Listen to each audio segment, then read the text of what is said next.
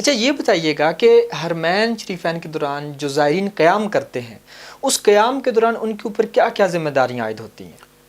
حرمین شریفین کے اندر جب حاجی وہاں پہ رہ رہا ہوتا ہے تو وہ وہاں پر روحانی کیف اور سرور میں ہوتا ہے، وہاں پر وہ روحانی لذتوں سے بہرور ہو رہا ہوتا ہے، اس کی تربیت ہو رہی ہوتی ہے۔ قرآن مجید میں جس طرح کہا گیا کہ الحج اشہر معلومات فمن فرض فیہن الحج فلا رفث ولا فسوق ولا جدال او کما قال اللہ تبارک و تعالیٰ فی کلامہ المجید، کہ حج کے ایام جو ہیں وہ معلوم ہیں، اور جس جو حج کی ادائیگی کرتا ہے ان ایام کے اندر تو اس پر لازم ہے کہ وہ تو نہ تو بے حیائی کی باتیں کرے، نہ ہی وہ کسی برائی اور نہ ہی وہ کسی قسم کے جھگڑے کا جو ہے وہ وہاں پر معاملات کرے۔ تو اب یہ تینوں چیزیں، بے حیائی، گناہ، جھگڑا، ان تمام امور سے حاجی کو، زائر کو وہاں حرمین شریفین کے قیام کے دوران احتیاط برتنی ہے۔ عمومی رویہ یہی ہے، شریعت اور احکام الہی کہتے ہیں آپ اپنی زندگی کے ہر دن کے اندر ان تینوں چیزوں سے خود کو بچائے رکھیں، یہ ایک عمومی حکم ہے شریعت کا۔ لیکن جو خاص طور پہ کہا گیا ہے ایام حج کے اندر، تو اس کے اوپر وعیدیں آئی ہیں انسان کے اوپر کہ اگر انسان ان چیزوں سے امور سے باز نہ آیا، بے حیائی کرتا رہا، اپنی آنکھوں پر حیا کے پردے نہیں بٹھائے، اپنے خیالات کی دنیا پر حیا کا پہرا نہیں بٹھایا، اگر اس نے اپنی زبان پر حیا اور شرم اور شرافت کا پہرا نہیں بٹھایا اور وہاں پر وہ اسی طرح ہی اپنے معاملات کرتا رہا جس طرح وہ عام زندگی میں کرتا ہے، تو اس کا مطلب اس کی زندگی میں کوئی تبدیلی نہیں آئی، اور اس وجہ سے وہ اس کے اوپر کا یہاں تک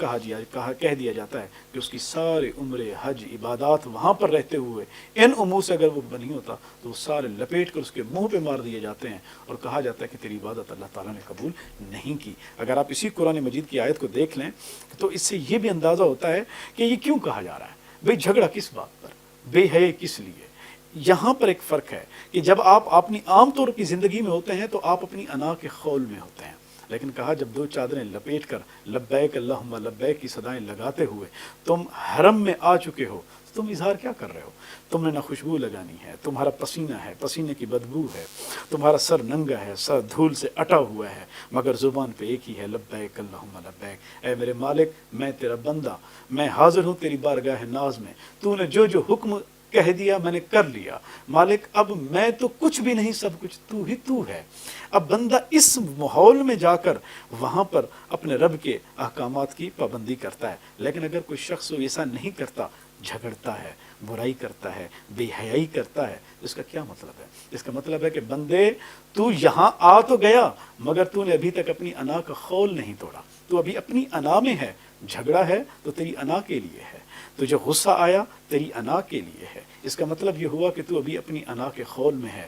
اس انا کے خول کو توڑ اور اپنی بندگی بجا لا کہ مالک میں کچھ بھی نہیں، سب کچھ تو ہی تو ہے۔ بھئی جب میں کچھ بھی نہیں تو جھگڑا کس بات کا، جب میں کچھ بھی نہیں تو پھر برائی بے حیائی کس بات کی؟ تو پھر اپنے رب کی فرما برداری کیجیے اور وہاں پر اب اللہ تعالیٰ کے احکام کو بجا لائیے۔ عام طور پر یہ ہوتا ہے کہ ازدحام ہے، لاکھوں کا مجمع ہوتا ہے، طواف کرتے ہوئے کسی کا کندھا لگ گیا، کسی کا دھکا لگ گیا، بڑی جو ہے وہ ایک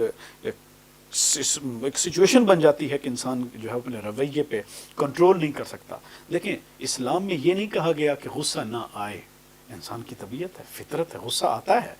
تو امام شافعی سے کسی نے پوچھا تو امام شافعی نے فرمایا کہ جو شخص یہ دعویٰ کرتا ہے کہ اسے غصہ نہیں آتا تو وہ گدھا ہے۔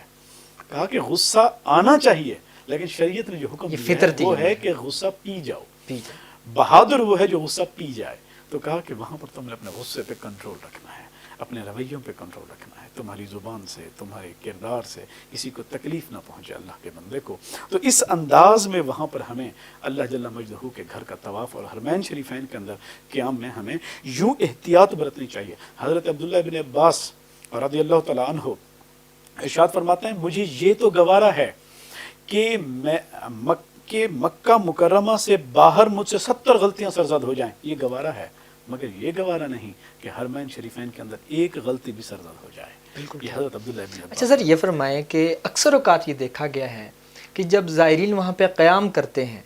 تو وہ جب گروپ کی شکل میں جاتے ہیں، یہ ایک فیملی کے 8-10 لوگ چلے گئے تو زیادہ تر وہ ان کو ایک دوسرے کے ساتھ شکایات ہوتی ہیں، وہ ایک دوسرے کے ساتھ تعاون کا آپریٹ نہیں کرتے، خاص طور پر کھانے کے معاملات میں، خاص طور پر ان کے حرم آنے جانے کے معاملات میں۔ تو وہ جب ایک بندہ حرم میں ہوتا ہے تو وہ ہوٹل والے جو ہیں وہ اس کے شکوہ کرتے ہیں، ایک دوسرے کے پیٹھ کے پیچھے جو شکوے اور غیبت ہوتی ہے وہاں پر یہ زائرین کے اندر پائی جاتی ہے۔ اس کے حوالے سے اس کے حوالے سے میں پھر وہی کہوں گا کہ یہ جو تیاری یہاں سے گھر سے نکلنے کی ہو رہی ہوتی ہے، یہیں پر ذہن بنایا جاتا ہے کہ ہم جا کہاں رہے ہیں۔ بھئی ہم وہاں جا رہے ہیں جہاں پر ہم نے خود کو ختم کر دینا ہے، اپنے آپ کو مٹا کے پیش کرنا ہے۔ یہ سارے جھگڑے آتے ہی تب ہیں جب ہم اپنے آپ کو باقی رکھتے ہیں کہ بھی میری خواہش ابھی بھی باقی ہے، میری انا ابھی بھی باقی ہے، میری ذائقہ کھانے کا سب کچھ میں بھی یہاں پر یہ نہیں۔